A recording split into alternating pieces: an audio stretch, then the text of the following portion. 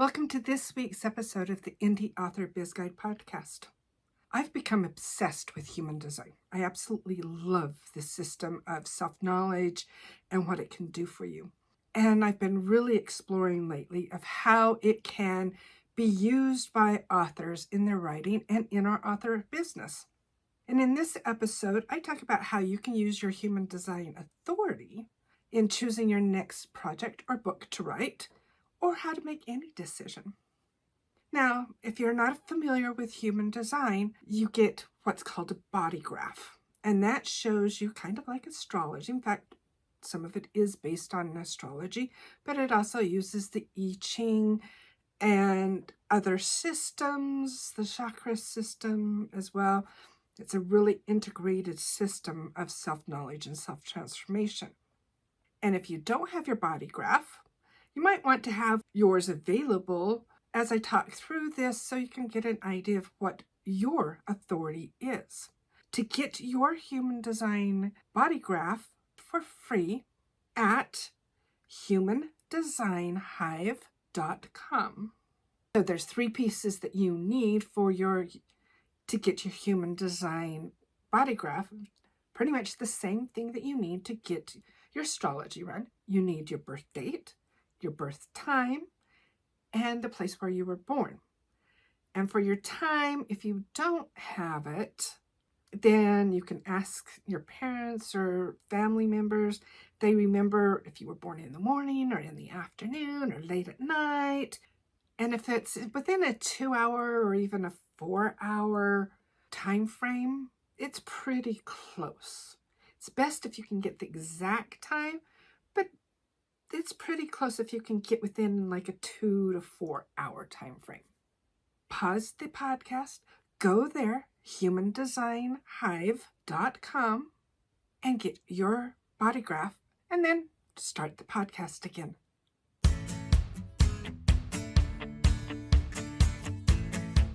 Welcome to the Indie Author Biz Guide podcast.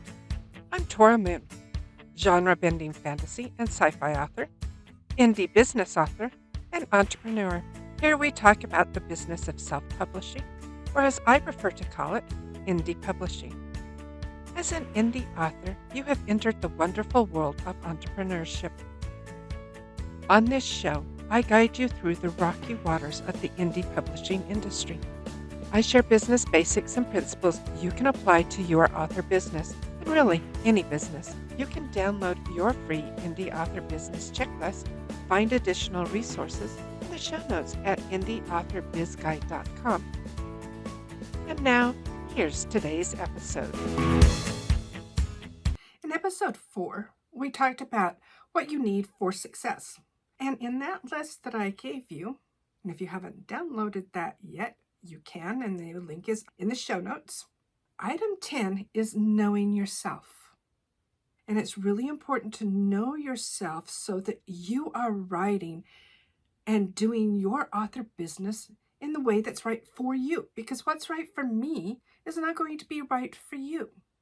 Our human design can be really beneficial for this. Not only in knowing our profile and our type. My type is a projector. There's also a generator, a manifesting generator, or a manifester, and one of the rarest is a reflector. And each of those types have certain ways that we access and use energy. And I'll talk about that in another episode. This episode is about how we can use our authority. And that's the way we make decisions. And our human design can help us with that because we all don't make decisions the same way. Some of us need to think about it. Some of us need to feel into it. Some of us know right then and there. They're the ones that the saying, just do it, can apply to.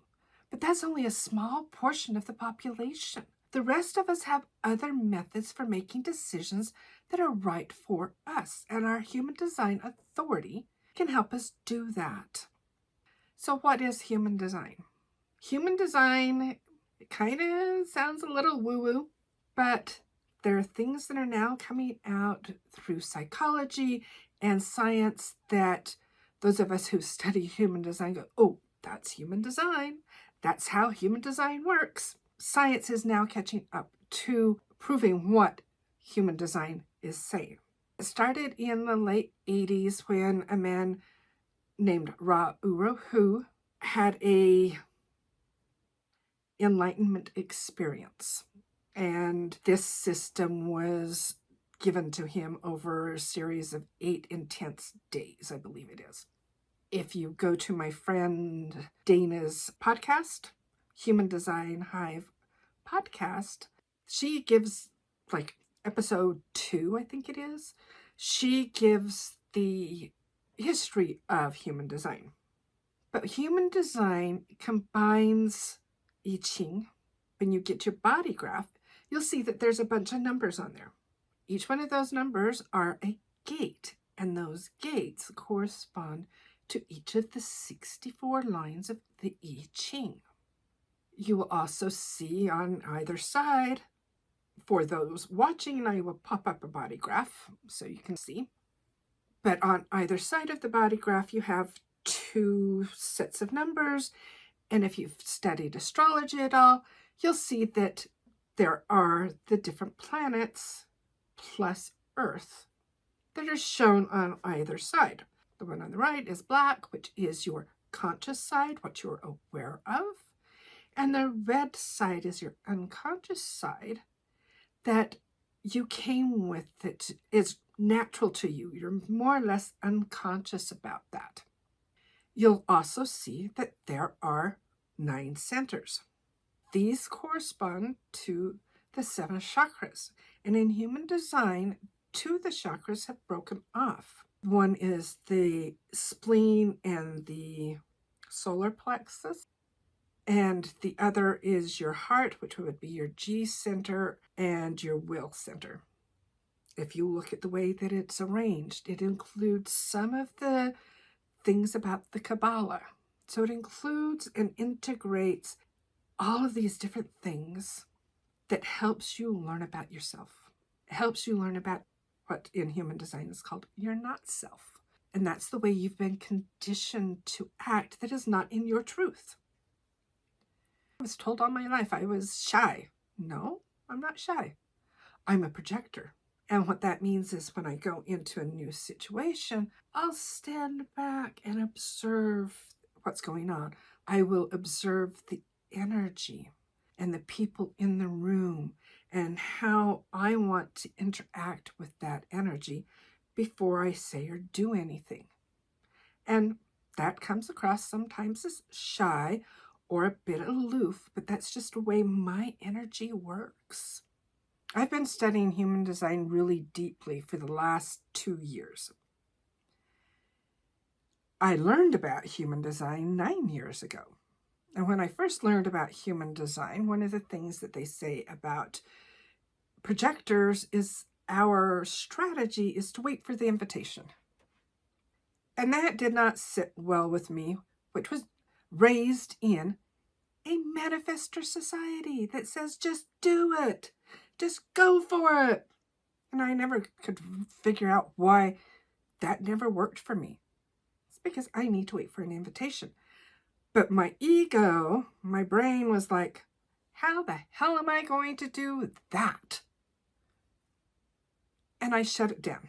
And I just kept coming back for it and learning more because it was just so scarily accurate. And the more I learned about it, the more I could see how it worked. And one of the things it helps you do is not only understand yourself, when you know your significant other or your children's human design. It makes a huge difference. I caretake for my elderly parents. They're in their 90s. And there's things that they've done that just bug the crap out of me. But by getting and knowing their human design, I can now look at that, and when something's happening with my dad, that he's got to get up and do it right then and there, I can just laugh at myself and go, oh yeah, that's just his channel of starting completion going at work. And I can laugh at it and it doesn't bug me as much because I can understand where that's coming from. That he's not doing it to piss me off. That's just who he is. And with human design, well, we can use that with our characters. Think about that. how amazing that is to have the human design and understanding of our characters like that, and how much more real we can make them. And I've been doing that, and I've done it with my characters in my Sentinel Witches series. I figured out what their birthdays were and their birth times, figured out where they were born, which is really good characterization and knowing their backstory. And then I ran their human design. It's helped me look at their human design and where their places of conflict are, where their places of getting along can be, and where can I add a little bit of conflict. Well, one of the things that was totally unintentional, my main character, Sean, has a profile of a 5-1. If you want to learn more, go to my friend Dana's podcast. Line 5 is one of those projection profiles. And it's one where people are projecting onto the person what they believe that person should be or how they can help them. One of the reviews that I got on Goodreads for Sentinel Witches was talking about all these things that Sean was doing wrong. And at first it was like, what the heck? That's not how I saw him. Then I thought, oh, there's his line 5 at work. That reader was projecting onto him what she thought he needed to do, whether it was the truth or not. And so his human design was affecting how his character was portrayed totally subconsciously by me. But that's how his character was being presented on the page, and how at least one reader, and I think several other readers, are picking up on him, is how they think he should be, not who he actually is. And that can just really bring some interesting depth. Another way that we can use our human design is through our authority, and that is making our decisions. In case you haven't yet, you can go to Human Design Hive, that's Human Design, HIVE.com, and get your free body graph so you can look at what your authority is. And that will help it make more sense for you. So if you're like me, as a writer, you probably have tons of ideas, of story ideas, of blog post ideas, of all sorts of different things that are just wanting to be written. Whether you write fiction or nonfiction, we usually have a lot of things that are flowing through us, and then we're trying to decide which project to work on, which to choose next, which one's right for us to do next. In our society, we've been taught to use our brains, write out the pros and cons, which is not a bad idea. But our brains cannot tell us what is right for us. They can't make decisions. All our brains is to process that information. But our bodies are deeply connected to, if you want to call it your soul, your inner being, your spirit, that divine piece of us that is always connected to source, to the goddess, to God, the universe, whatever you want to call it. That divine aspect that connects us all. And even if you don't believe in that, our bodies connect us to that deeper knowing that our brains can't do. That's where our human design authority comes in. When we attune to and listen to our bodies, then we can choose and make those decisions that are right for us. And this will help us not only to decide what project to write, what blog post to write, what course to work on, but it can help us with all of our decisions, big and little, in our lives. And there are 6 authorities in human design, and yours will be shown on your body graph, right up at the very top. Mine says emotional authority, so I have emotional authority. The 6 authorities are your splenic, sacral, emotional, ego, self-directed or inner authority, and lunar. The splenic authority is that survival instinct, and that is Make that decision immediately because your survival is at stake. The splenic authority is that flash of, yes, this is for me, or no, it isn't. And that's from your survival instincts. It pulls from that survival of, I've got to make a decision fast, like now. Because if I don't make a decision now, I'm going to die. And then that one, it makes its decision once. It's yes, no, that fast. And if you don't listen to it, you've missed out. Some people who can feel in different places of their body when that gets activated. They'll feel that area of the body where the spleen is activate. And they'll know, oh, I got to listen to this. Because the spleen doesn't say it twice. Because if it has to say it twice, you're probably dead in the survival instinctual world. The Sacral Authority, it's that area that is right around your belly button area. And this actually gets verbalized for most people. They'll have a sense of, uh-huh, or I guess, or no. And it's coming from your gut. My granddaughter has Sacral Authority. She's 4, and she's in tune with her authority because she hasn't learned yet by society how not to listen to it, so she's listening to it. You ask her if she wants something, she'll say, uh-huh, For Sacral Authority people, the best way for them to make a decision is a yes-no answer. Do you want ice cream? Uh-huh, uh-huh, uh-uh. Do you like blue? Uh-huh, uh-uh. And it'll be not as quite as fast as the spleen, but it'll be pretty quick. The body's responding and they're going, oh, yes. Yeah, that's for me. No, that's not for me. The emotional authority is getting a sense or a feel of whether it's right or wrong for you. Quite often, there's not certainty, yes or no yet. It's a kind of a maybe. It depends on what emotional wave in your emotional authority is defined of how long or how that works for you. But for the most part, if you have emotional authority, you need at least 24 hours to think about it, to really feel in it. You're not so much thinking about it with your mind, you're feeling into it. How does it feel? If your first response was a no, does it still feel like a no? Or does it still feel like a yes? If it was a maybe, how does it feel now? For that type of authority, sometimes it's better to ask more feeling questions and more open-ended questions.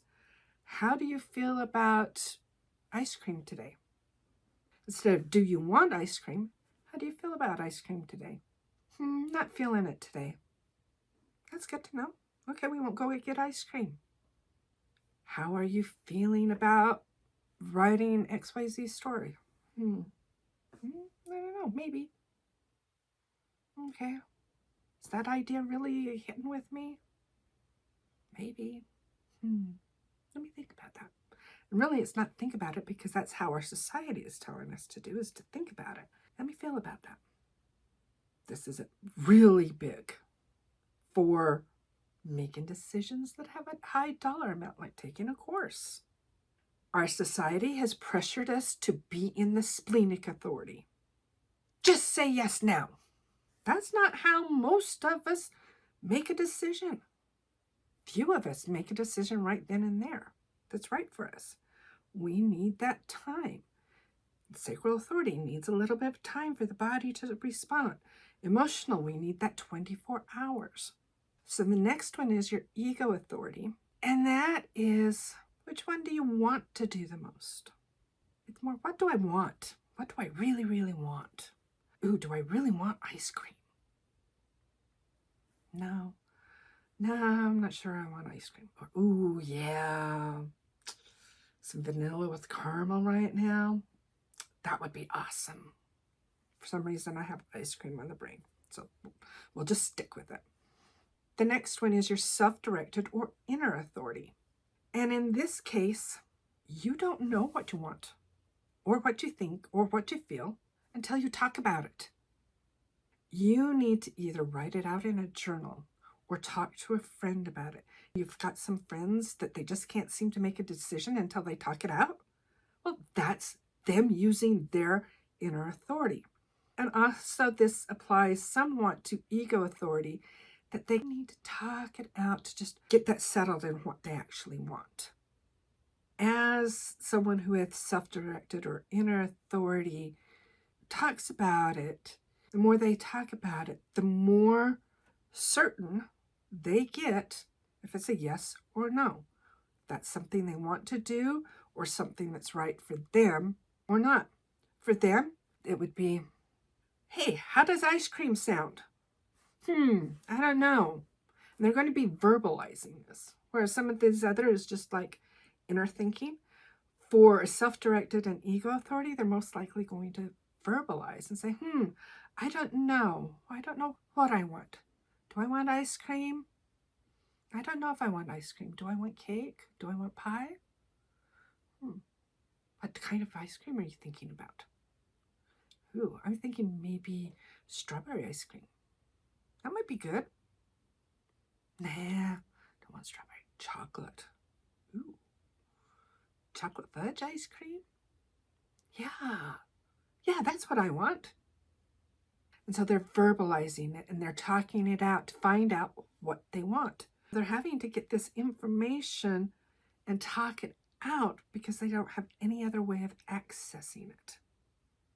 And the sixth authority is really pretty rare.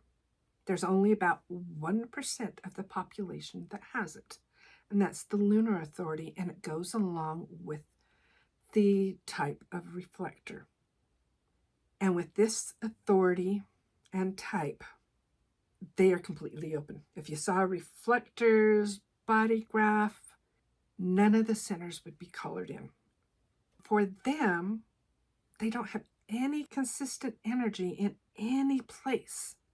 You may think of them as a chameleon, that with this person, they're this way. With this person, they're another way.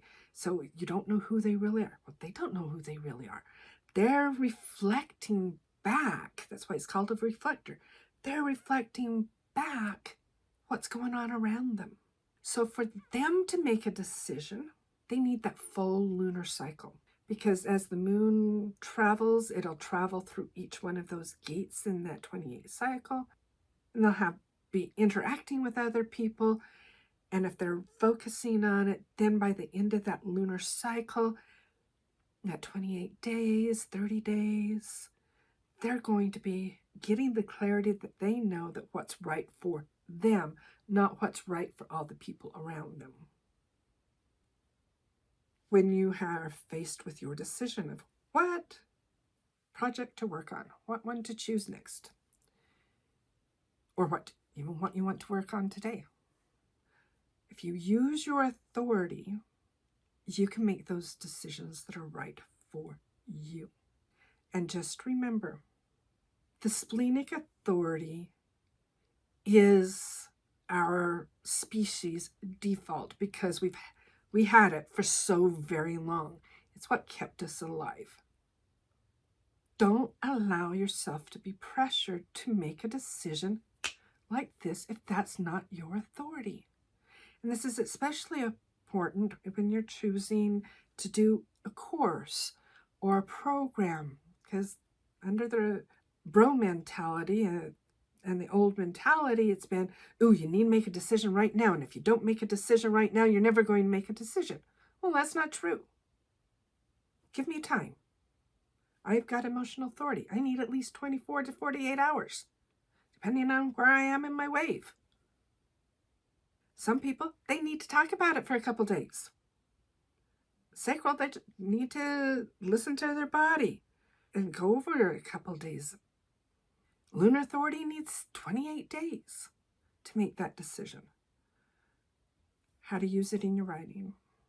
When you're faced with too many choices, or what project to work on next, and you're not quite sure, there's several different possibilities that all seem kind of right. I invite you to sit. You may want to write them down, depends on how you are. Are you visual? Do you want to write them all down so you have something to look at? Do you just want to think about them? Whatever's right for you. Sit in contemplation or meditation about what those are. And ask your body. Ask your inner being, your soul, if you will. What's best for me? And then think about each one of those ideas or go through your list and pay attention to your body relax. So if you're splenic, you'll say, which project? Is it this one or this one? Is this project good? And you'll get an immediate yes, no. Okay, that one was a yes, okay. I don't even need to look at these others. This was a yes. If it was a no, then you can ask the next one. If you have sacral, you don't want to say, which one do I want to do? Because the sacral is like, I don't know, you didn't ask me a yes, no question.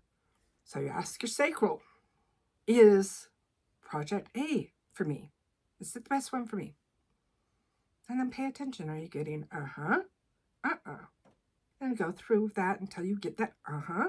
Then you may want to sit with it for just a little bit. Is this really uh-huh? Oh yeah, the more you think about it, the more excited you get.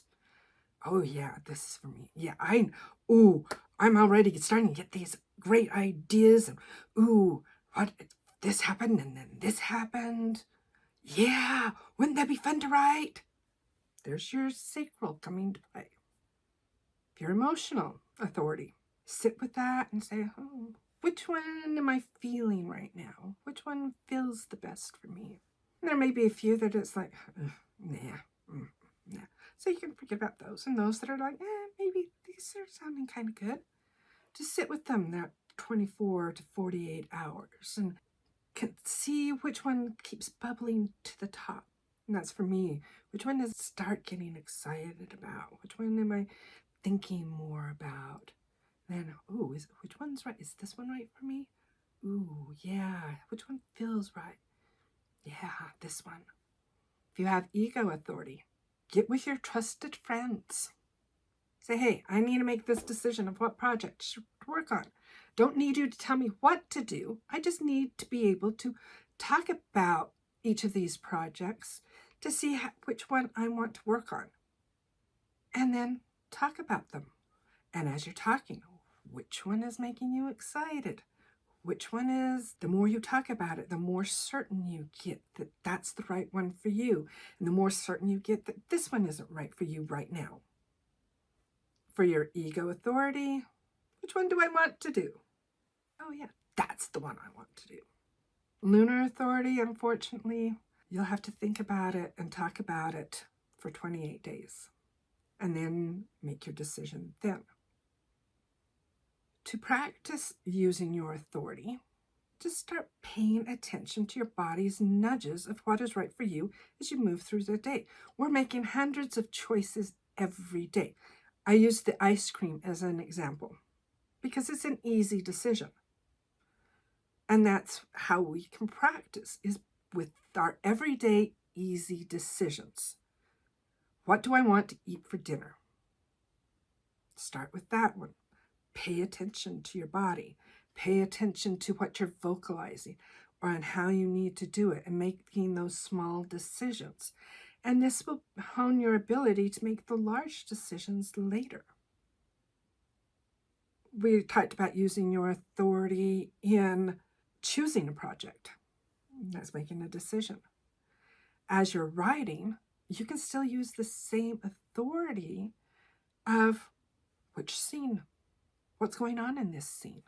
Is this a good character or not a good character to include? You're making decisions about your story all the time to where you can use your authority to determine what's right for your story, because that story is you, an expression of you. Or when you're writing your book, your nonfiction book, what topic to include, what story to include. If you're writing a memoir, what story to include? Do you need all of the characters that were there? Not necessarily. So which ones are the most important ones? Which stories are going to share your message the best? Your mind can't tell you that. Sorry, honey. It's not going to happen. Your body can. And if you're listening to your authority and using your authority, you can make the best decisions for your book, and your book will be much, much better for you doing that. Same with writing fiction. Your story will be much, much better when you listen to your authority rather than your brain on, is this scene needed or isn't it? Should the story go this direction or that direction? There's choices all the time, and our authority can help us make them and help us make our writing and our books much better if we use it. I hope this has been helpful for you. It's one of the subjects that I really like. I offer human design readings for authors. That is a basic reading that tells you about your type profile, your authority, and some things to be looking for to help you in your writing better. You can find out about that on my website, indieauthorbizguide.com/HD. And if you want to learn more about human design as a whole and to get your body graph, I highly recommend my friend Dana's website, humandesignhive.com. You can get her free body graph there. And she also has a podcast by the same name, Human Design Hive, that you can go to, and there's all sorts of information on there about human design, about the profiles, about where it came from. Hope this helps you in your author business and in making the decisions that are right for you and your writing and your business. And many people, once they learn about human designs, will go down a rabbit hole. You can thank me later. I hope to see you on the next podcast and hope you have an amazing day. Thanks for listening to this episode of the Indie Author Biz Guide podcast. I hope you found value in it. You can get your free business checklist, find more information, and any downloads mentioned at indieauthorbizguide.com/podcast. Please like and subscribe and tell your indie author friends about the show. If you'd like to support the show, you can donate to Buy Me a Coffee at buymeacoffee.com/IABG. These donations help support the cost of hosting, editing, and production of the podcast. Thank you, and I hope you have an amazing day.